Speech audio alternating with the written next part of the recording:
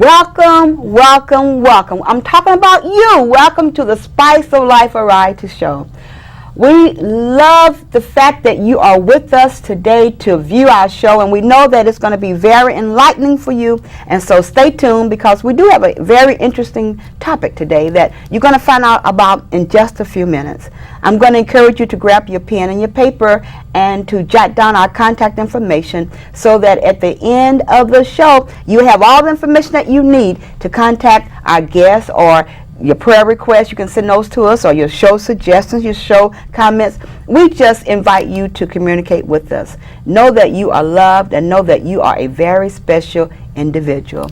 Pamela Diane Webb, how are you? I'm doing good, Dr. Lewis. How are you? I'm doing great. I'm glad to see you. Glad seeing you. Do you feel safe? Oh, no, not really. If you read the papers, if you even hear people talking in your neighborhood, things are crazy, right? Very much so. Well, yes. I think we have an expert here. one of the experts. All right. To talk about safety tips. Okay. Is that okay? Please. We need some help. Hook a sister up, okay? All right. Mr. Al Humphreys, welcome to our show. Thank you, Dr. Lewis. Pamela, it's glad to meet you both. So glad to have you with such an important subject as safety tips, because of the fact that, as Pamela referenced, we do need to really be educated on how to be as safe as we possibly can. Right. So we welcome you. Thank you. Thank you. How would you describe Alan Humphreys? Oh, Alan Humphreys is a rather simple person. I like to think of myself as a teacher. Okay. And that before we wrote things down, we had storytellers, and that's how history went down. Right. That's me. I'm a storyteller. Really? Okay. Wow, that's amazing. Oh. How long have you been in California all your life? Or? I'm sort of a naturalized citizen in California. I came when I was an infant, about 4 or 5 months old. It is all I know. I consider it home. Okay. But I am from Alabama. Really? Have you ever been back to Alabama? Several times. Okay. You think you ever go back to Alabama? Not to stay. Go back to visit, but not to stay. I am an Angelino now. I'm a Californian. To the heart, huh? Oh, to the heart. To the core of the heart. Yeah, I need street lights and TV. Oh, tell me I about like the it. helicopter flying overhead. It helps me sleep. Tell me about it. That's right. It's just a different experience when you go back home down south versus up here. Too much quiet. Yeah, it's very quiet. and you can almost touch the stars and all of that. I'm not used to seeing the stuff. I know they're up there. But you're not used to seeing it. I'm not used to seeing it. That's funny. Now, we're talking about safety tips. What qualifies you to be our special guest?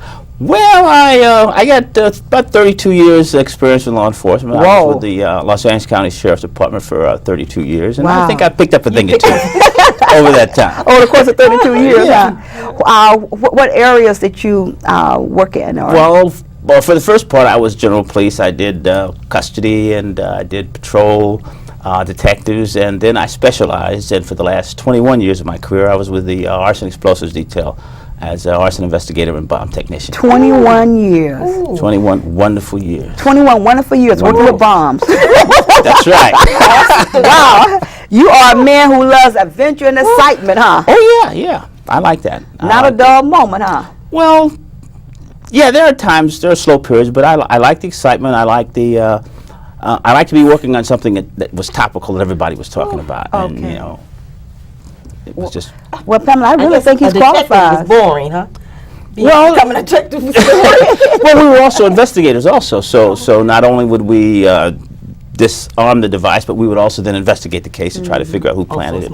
Okay. Like forensic science and all. Yeah, of we that. were the early CSI unit. Exactly. It's so exciting. I don't know why anybody in this day and time would even do crime in the first place, because you can't. You know, I mean, for the most part, you can't get away. I mean, because you know, when you look at how you guys investigate the situation and come up with the end result, it's kind of like, you know what? It just doesn't pay to do crime.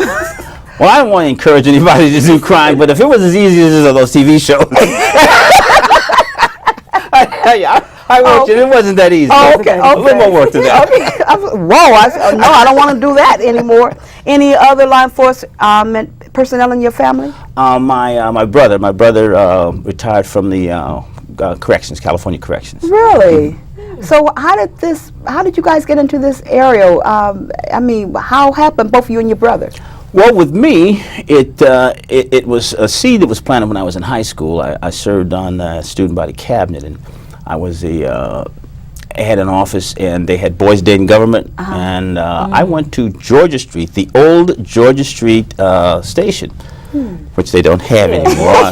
If you're a long-time Angelino, you'll know what that is. It's a watch Dragnet. They used to always go there.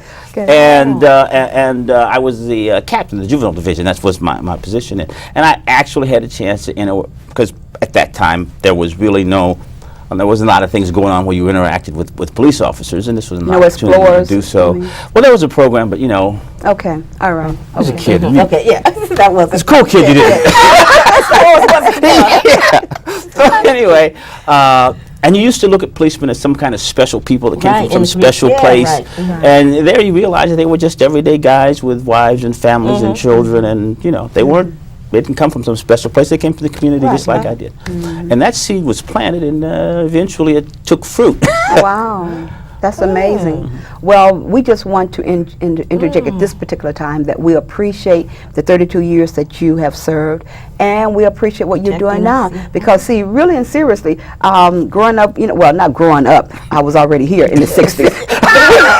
Growing up in the 60s, like born yesterday, okay? But anyway, when I was actively, with the Black Power, being very radical, kill the pig, down with the pig, I did not appreciate the work that you all did and do. And so we just like to take that opportunity to say thank you really and truly for your 32 years and even for your present time, because like I said, you're the ones that we call, and you're not invincible. Right.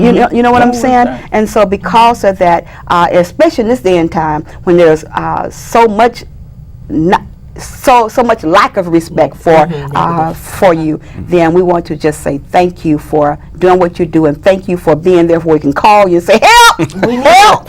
Stand in front of us, help! Get them, away from us. Thank you. I'd like to accept that on behalf of law enforcement in general. That's right. That is cute.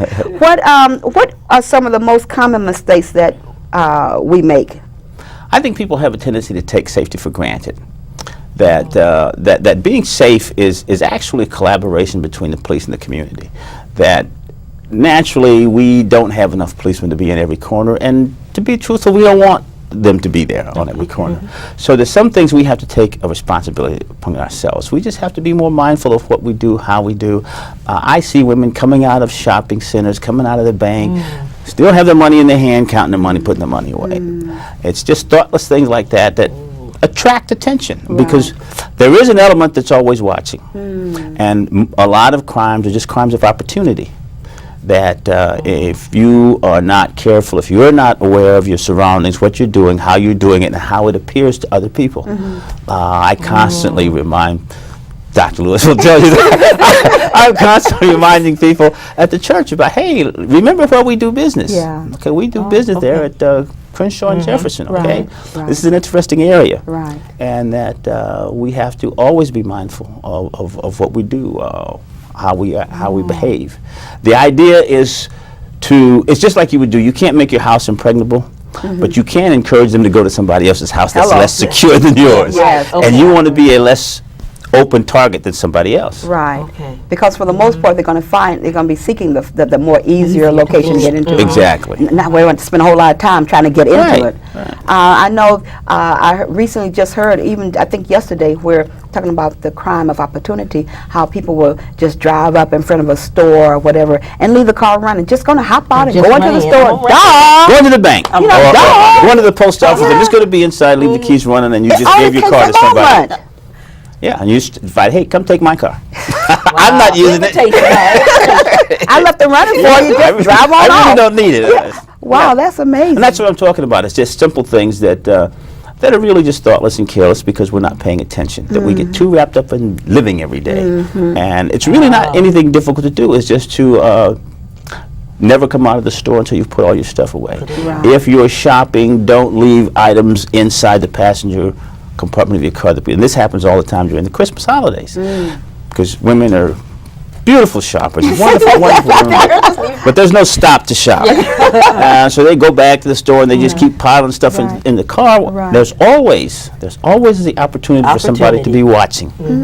And so if you're going to put stuff in your car and you go back, lock it in the trunk of your car. Don't attempt somebody. Sometimes you're just, locks only keep honest people out. Right, exactly. Hello, like me. Yeah, it's safe. If you're in my house, you can put it in there. Right. But there's other places you can't because some people have other intentions. On that same note, I literally parked my car at the, I was the first car in this driveway in the park, a public area under the light. Okay, under the light. Yeah, I'm doing everything right. I'm safe. Okay, I'm in a safe spot.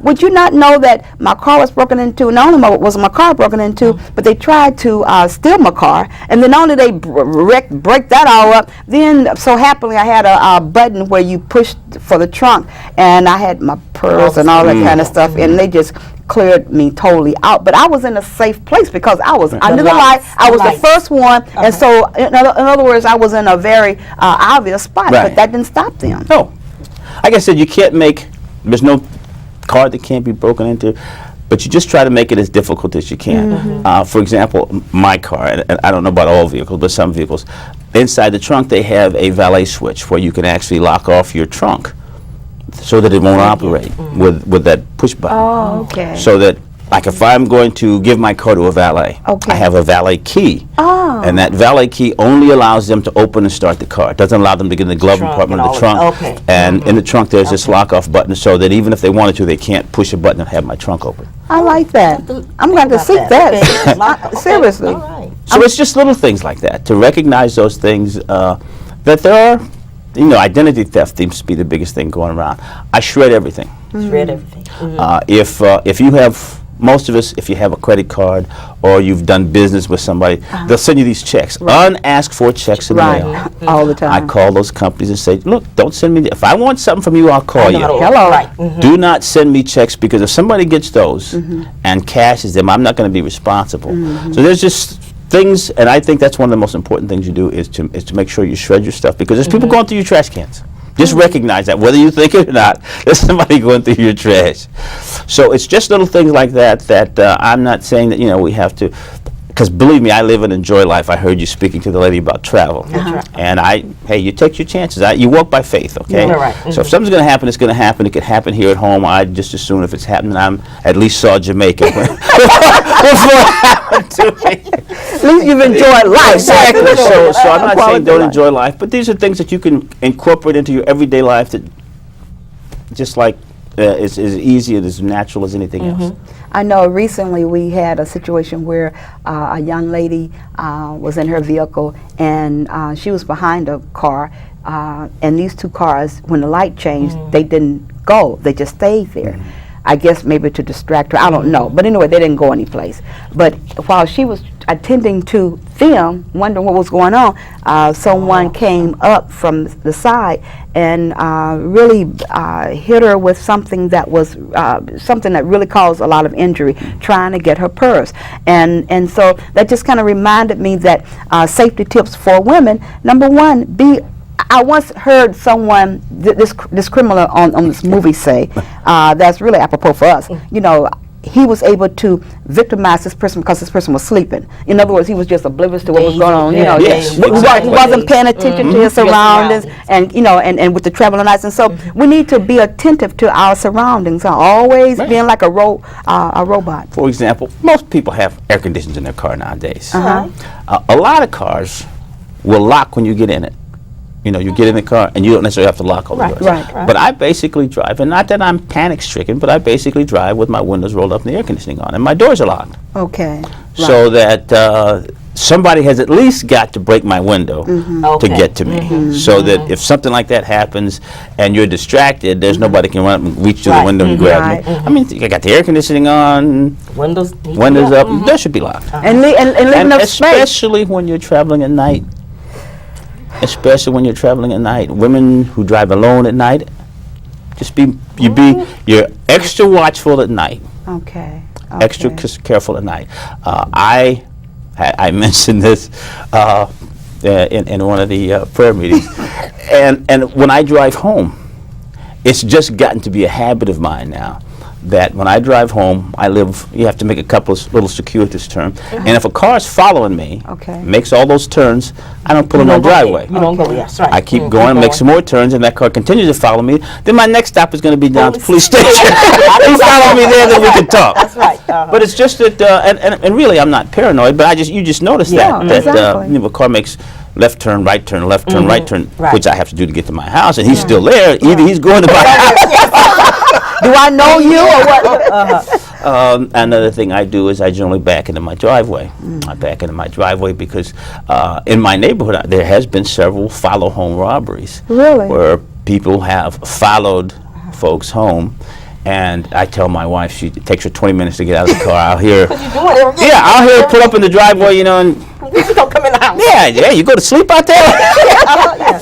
And there are folks who watch and take advantage of things like that. Like when you get home, you know you're coming home, you pack up, you get your stuff ready. So when you get home, you get out of that car and come in the house. ready to get out. If you need something, you come in and have me come help you carry it out. okay. But you get into the house. Yeah, be in that frame of mind. Right. Okay. I gotta, okay. Trying Pack to up. gather everything Yeah. up. That's just a habit on you, Yeah. okay, because you have to gather everything up, but have it already ready so Right. that you can limit the time that you are exposed. I think. Certainly, yeah. And And if then- there's stuff you have to get out, come let me do it.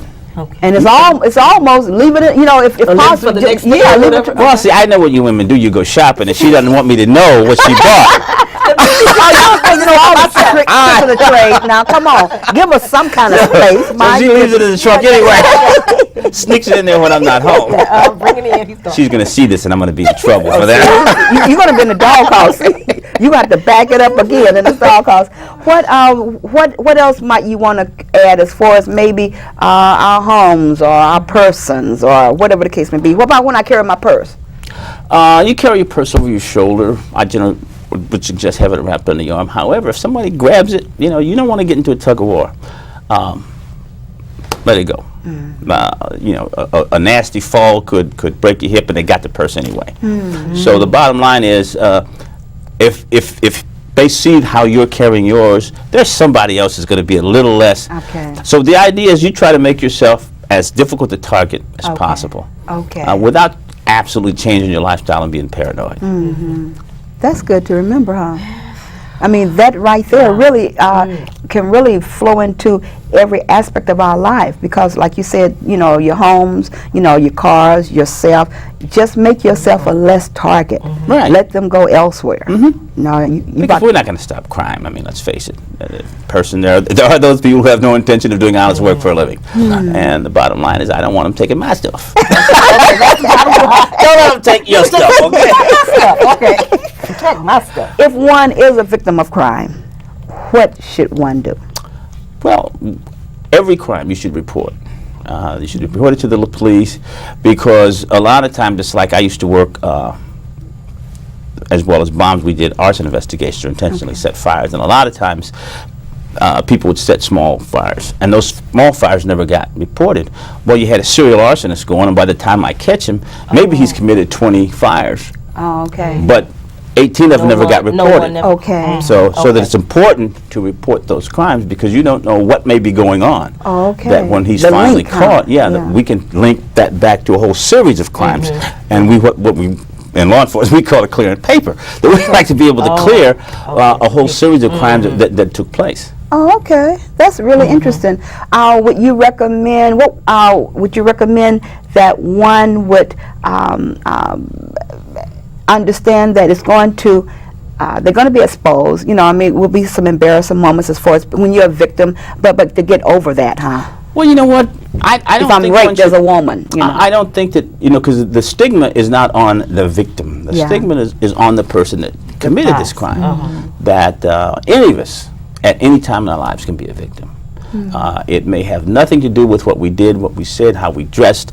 It just happened to be sometimes you're in the wrong place at the wrong time, or that someone has picked you out for whatever reason. So that there's really, one should never have a stigma about being victimized. One should do everything that one possibly can to make sure that that person victimizes nobody else. And the best way to do that is to report it as soon as possible and with as detailed as information as possible.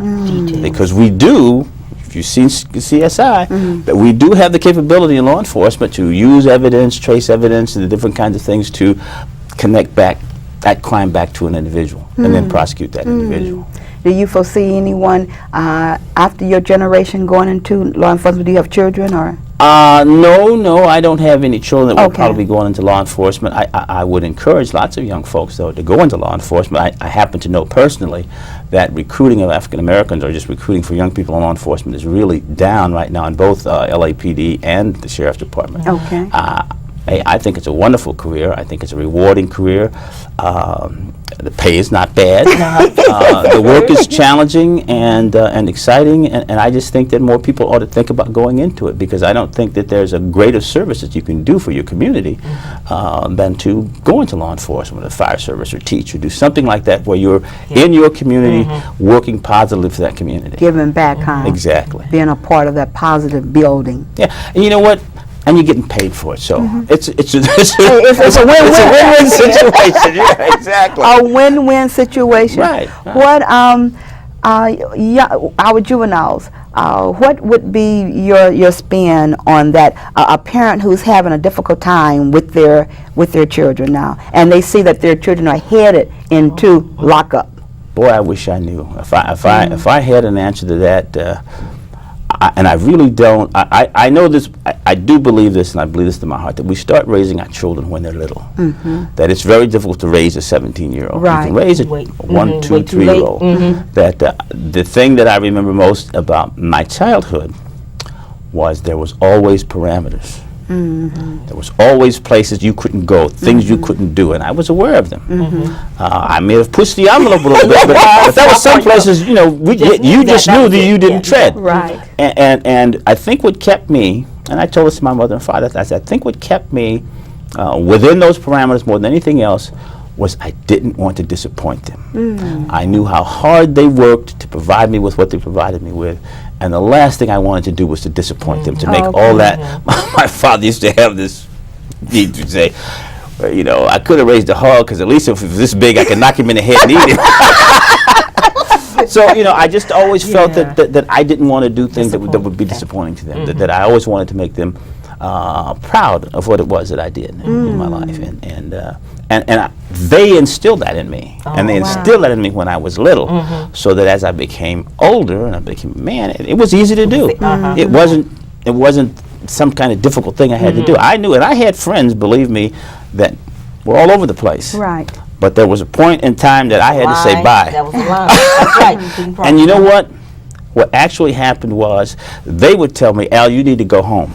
Because they knew that you would be a part of it. Exactly. It's time for so you that to that's the kind of relationship we had. And I think that we need to, because that peer pressure is so great that maybe they could have drugged me over there, but they knew, and they had, these are people that have known me since I was a kid, and they had that respect. Because in those days, you knew, everyone knew everybody knew everybody. Hello. That's right. I mean, I spent as much time in my friend's house as he did. Exactly. I knew his mother, his father, his sister, so that, I mean, that we just don't have that kind of community anymore. It really was a village raising. It really was. There was no such thing as a latchkey kid. Oh, no. Both my parents worked. I was a latchkey kid before there was a term for it. But I had a whole community of neighbors. Everyone's watching. And believe me, because I'm an old person. In those days, if you got out of hand, your neighbor would. Oh, of course. And it was corporal punishment, and it wasn't just children. I'm talking corporal. Oh, yeah, exactly. And when my parents got home, they would call up. You would pray they wouldn't tell Oh them. yeah, please don't tell. Exactly. Because my parents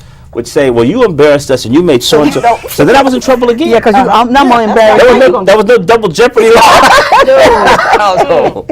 That's amazing. And I think that's what's missing. I think that's what's missing is the involvement of the community in our children. We just don't spend enough time with them. Now we're locked behind doors and looking out the window. There's perfectly good parks that we don't send our children to because we're afraid that that something's going to happen to them. Right. And we become prisoners in our own community. And I think that's tragic.